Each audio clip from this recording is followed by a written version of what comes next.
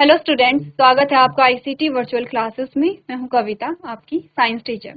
उम्मीद करती हूं आप सभी अच्छे होंगे और स्वस्थ होंगे। सो क्लास कंटिन्यू करेंगे अपना चैप्टर, और चैप्टर में हम बात कर रहे हैं कंट्रोल एंड कोऑर्डिनेशन की, यानी कि नियंत्रण एवं समन्वय के बारे में।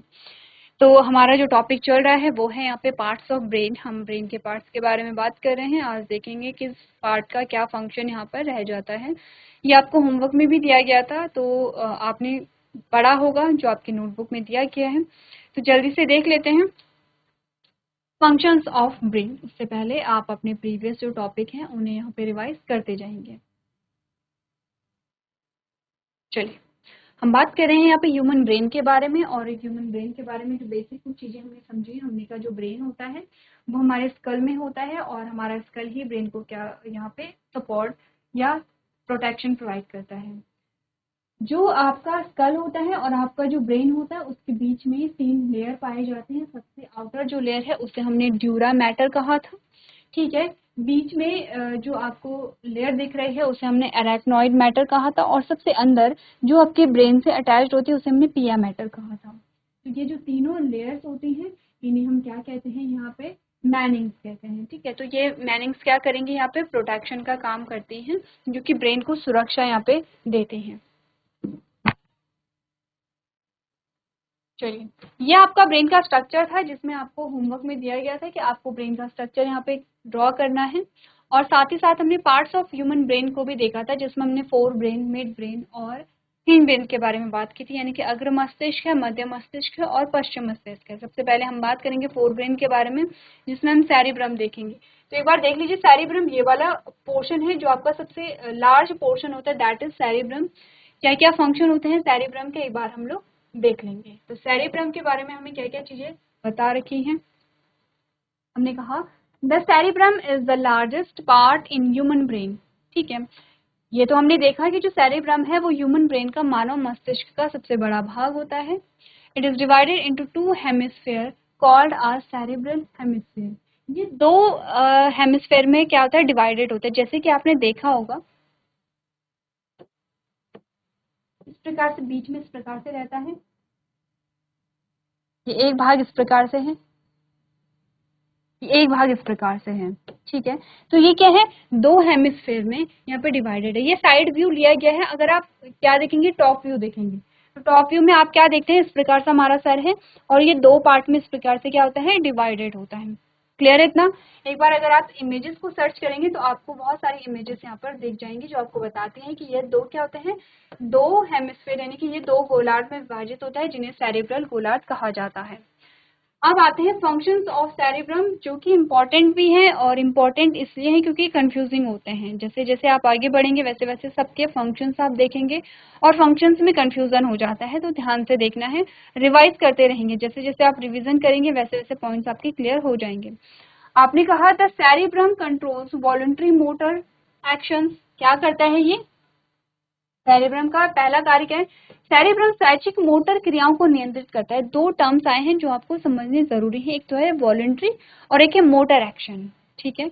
आपने कहा ये जो आपके वॉलंटरी एक्शंस होते हैं, यानी कि ऐच्छिक जो आपके क्रियाएं होती हैं, ऐच्छिक क्रियाएं क्या होती हैं आपकी, जैसे चलना फिरना, जैसे कि बॉडी मूवमेंट होता है, जैसे आपके एक्सप्रेशन होते हैं, जैसे कि आपका बोलना होता है, ये सारे आपके वॉलंटरी एक्शंस हैं।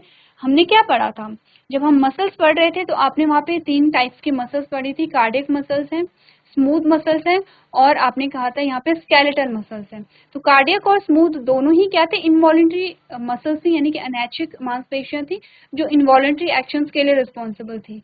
एक हमारे पास जो स्केलेटल मसल्स रह जाती है जो हमारे स्केलेटल सिस्टम से अटैच्ड है, वो क्या है, यहाँ पे वॉलंटरी मसल्स थी जो वॉलंटरी एक्शन के लिए रिस्पॉन्सिबल है। जैसे कि आप देख रहे हैं कि मैं यहाँ पे चल पा रही हूँ, जैसे कि हम सभी चलते हैं, और साथ ही साथ मैं अपने हाथों को मूव कर पा रही हूँ, ठीक है। मैंने अपने हाथ को उठाया या मैंने अपने हाथ को नीचे रखा, या मैं बोल रही हूँ या मैं चुप हो जाऊँ, ये सारी चीजें मेरे कंट्रोल में रहती हैं। इसीलिए हम इन्हें क्या कहेंगे, वॉलंटरी एक्शन कहेंगे, और मोटर क्योंकि यहाँ पे हम क्या हो रही है, मूवमेंट हो रही है। तो आपने कहा जो सेरिब्रम है ये सारी क्रियाओं के लिए रिस्पॉन्सिबल, ऐसा नहीं है कि ये सारी चीजें क्या कर रहे हैं, हमारा ब्रेन कंट्रोल कर रहा है। कौन सा पार्ट है, सेरिब्रम है। अब जैसे कि हम चलते हैं, चैप्टर का नाम क्या, कंट्रोल एंड कोऑर्डिनेशन है। हमारे बॉडी में कंट्रोल रहता है और हमारे ऑर्गन्स कोऑर्डिनेट करते हैं। तो जैसे हम चल रहे हैं, और जब हम चलते हैं तो हम स्ट्रेट चलते हैं, सीधे होके चलते हैं, ऐसे तो नहीं है कि हम कहीं भी गिर जाते हैं, कहीं भी पड़ जाते हैं। अब मैंने इस पेन को पकड़ा और मैंने यहाँ पे क्या लिखा है, ब्रेन लिखा है, ठीक है, मैंने यहाँ पे क्या लिखा है, ब्रेन लिखा है। तो मैंने क्या लिखा है, सटीक लिखा है, मैंने पेन को सटीक पढ़ा है। अब ऐसा भी तो हो सकता है, जैसे आप देखते हैं कि किसी किसी की बॉडी पे बहुत ज़्यादा कंट्रोल नहीं रहता है, जैसे आपने देखा होगा कि जो बहुत ज़्यादा नशा करते हैं या जो बहुत ज़्यादा ड्रिंक करते हैं और धीरे धीरे आप देखते हैं कि उनका अपनी बॉडी पे जो कंट्रोल है वो खत्म हो जाता है, उनकी बॉडी में शिवरिंग होने लगती है। अगर आप उन्हें कोई चीज़ लिखने, फॉर एग्जांपल अगर आपने उन्हें पेन दिया तो उनके हाथ कांपने लगेंगे और वो लिख नहीं पाएंगे। ये बहुत एक्सट्रीम कंडीशन होती है, लेकिन ऐसा होता है, आपके आसपास कुछ एग्जांपल्स आपको दिख जाते होंगे। तो ऐसा होता है क्योंकि उनकी बॉडी पे उनका जो कंट्रोल है, इनके उनका जो ब्रेन है वो क्या कर रहा है, उसका जो कंट्रोल है वो लूज हो रहा है, क्योंकि हमारा जो सेरिब्रम है वो चीज़ों को कंट्रोल करता है, ठीक है, और क्या कर रहा है, कोऑर्डिनेट करता है, ठीक है। कोऑर्डिनेट क्या कर रहे हैं, आपके हाथ, आपकी आंखें, सब क्या कर रहे हैं वहाँ पे, कोऑर्डिनेट कर रहे हैं। इसीलिए आप क्या कर रहे हैं, हाथ से आपने पेन को होल्ड किया है, फिर आप यहाँ पर लिख रहे हैं और आपकी आंखें देख रही हैं और आप मुंह से पढ़ रहे हैं। सारे बॉडी ऑर्गन्स आपस में क्या कर रहे हैं, कोऑर्डिनेट कर रहे हैं। तो आपने कहा कि सारे काम, जैसे आप जब चलते हैं तो आप सही से चलते हैं, आप कहीं गिरते नहीं हैं, ठीक है। या जब हम बोलते हैं तो हम क्लियर बोलते हैं, साफ बोलते हैं, सही बोलते हैं। तो इन सारे सभी चीजों पे कंट्रोल किसका होता है, सेरिब्रम का होता है। पहला फंक्शन तो हमें पता चला है। सेकंड क्या है यहाँ पे, it is the site of sensory perceptions like tactile and auditory reception.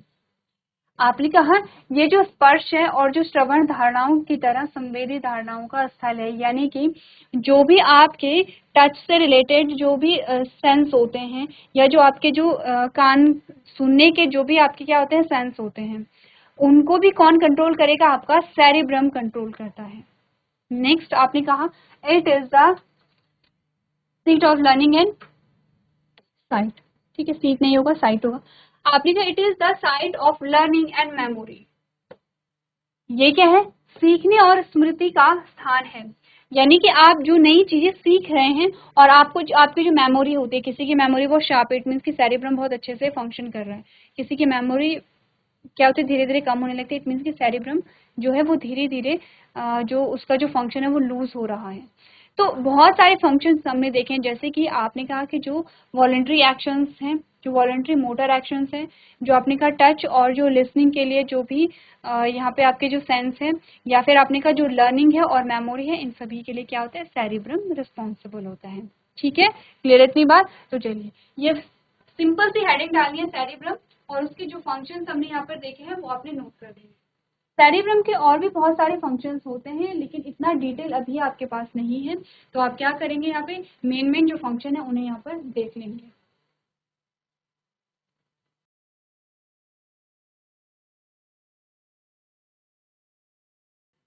चलिए, तो ये तो फंक्शन है यहाँ पे सेरिब्रम का।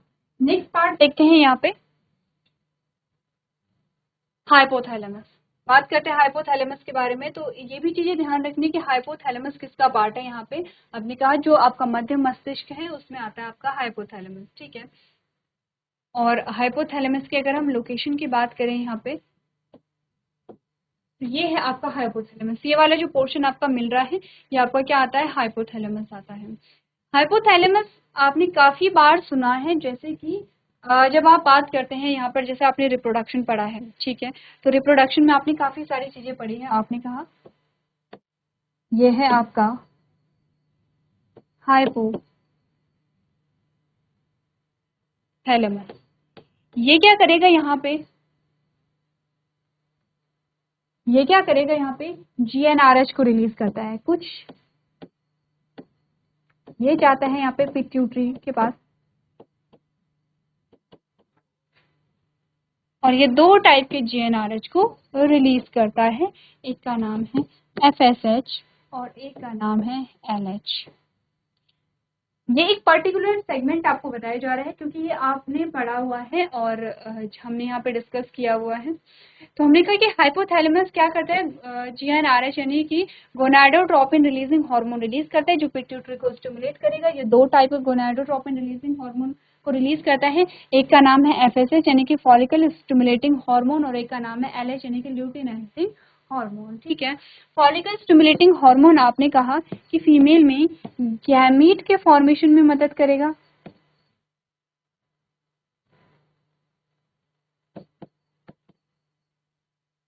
ठीक है, गैमेट के फॉर्मेशन में क्या करेगा, मदद करेगा।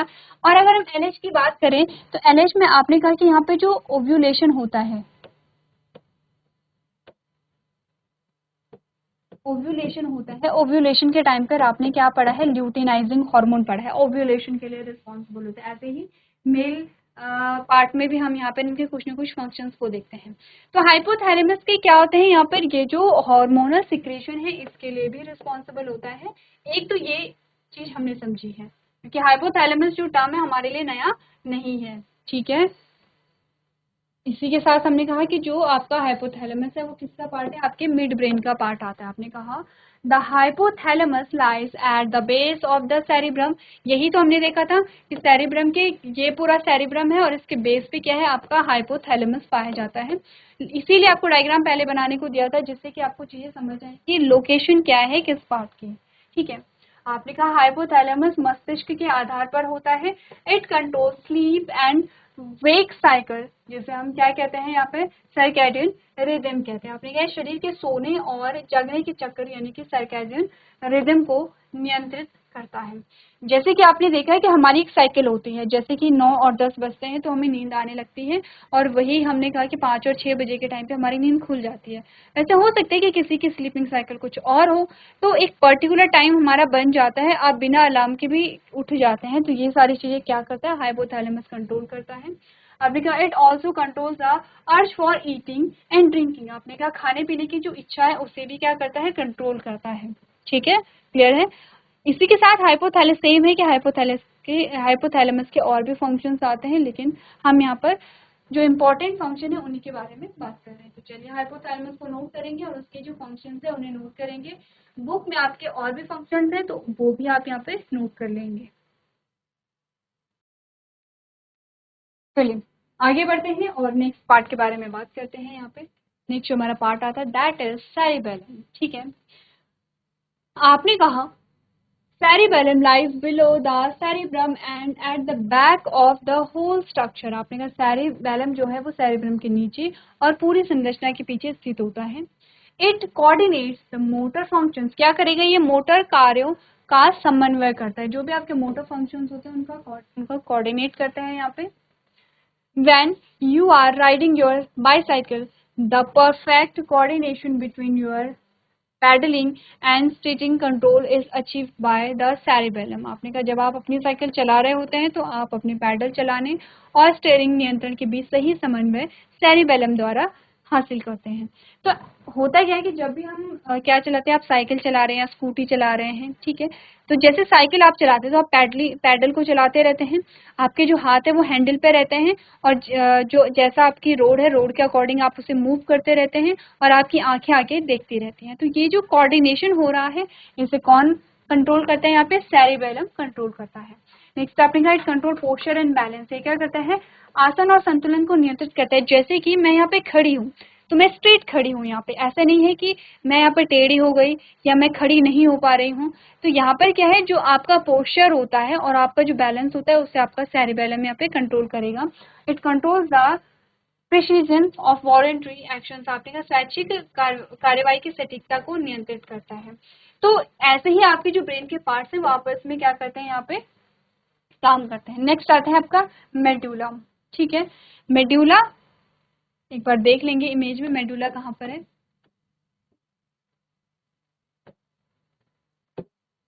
ये देखिए, ये आपका मेडुला है। अब यहाँ से आपकी स्पाइनल कॉर्ड बनने लगेगी। ठीक है, ये आपका क्या है, मेडुला है जो कि आपके हिंड ब्रेन में आता है।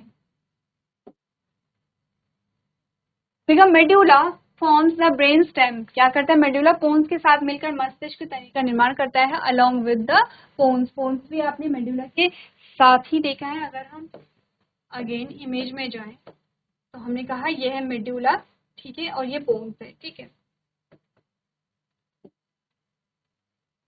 It lies at the base of the brain and continue into spinal cord. आपने कहा कि ये मस्तिष्क के आधार पे स्थित होता है, बेस पे प्रेजेंट होगा और रीढ़ की हड्डी का निर्माण करते हैं। यानी कि अब बोन्स और मेड्यूला से यहाँ पे क्या होगा, जो आपकी स्पाइनल कॉर्ड है वो आपके पीछे बैकबोन में जाएगी।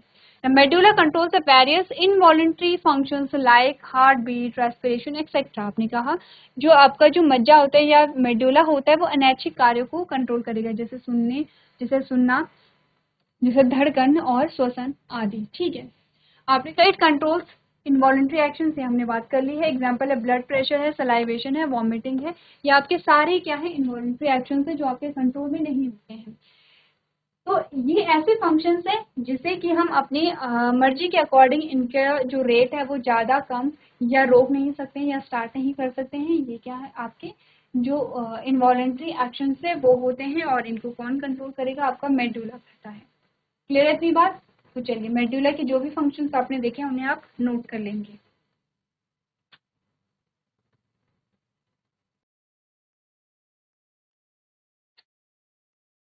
चलिए तो आगे बढ़ते हैं और नेक्स्ट पार्ट के बारे में बात करते हैं, दैट इज।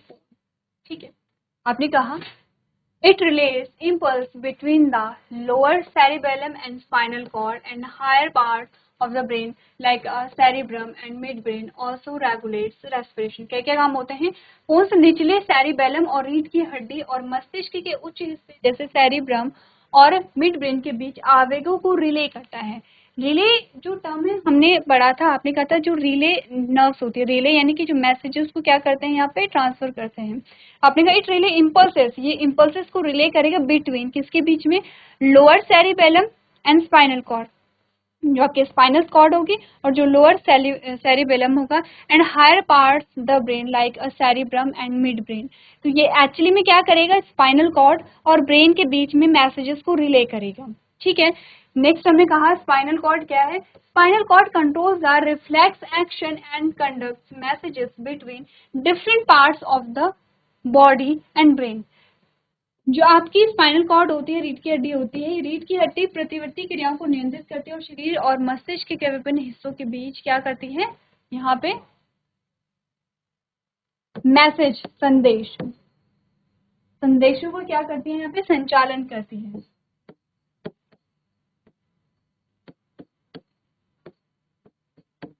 संदेशों का संचालन यहाँ पर करती है।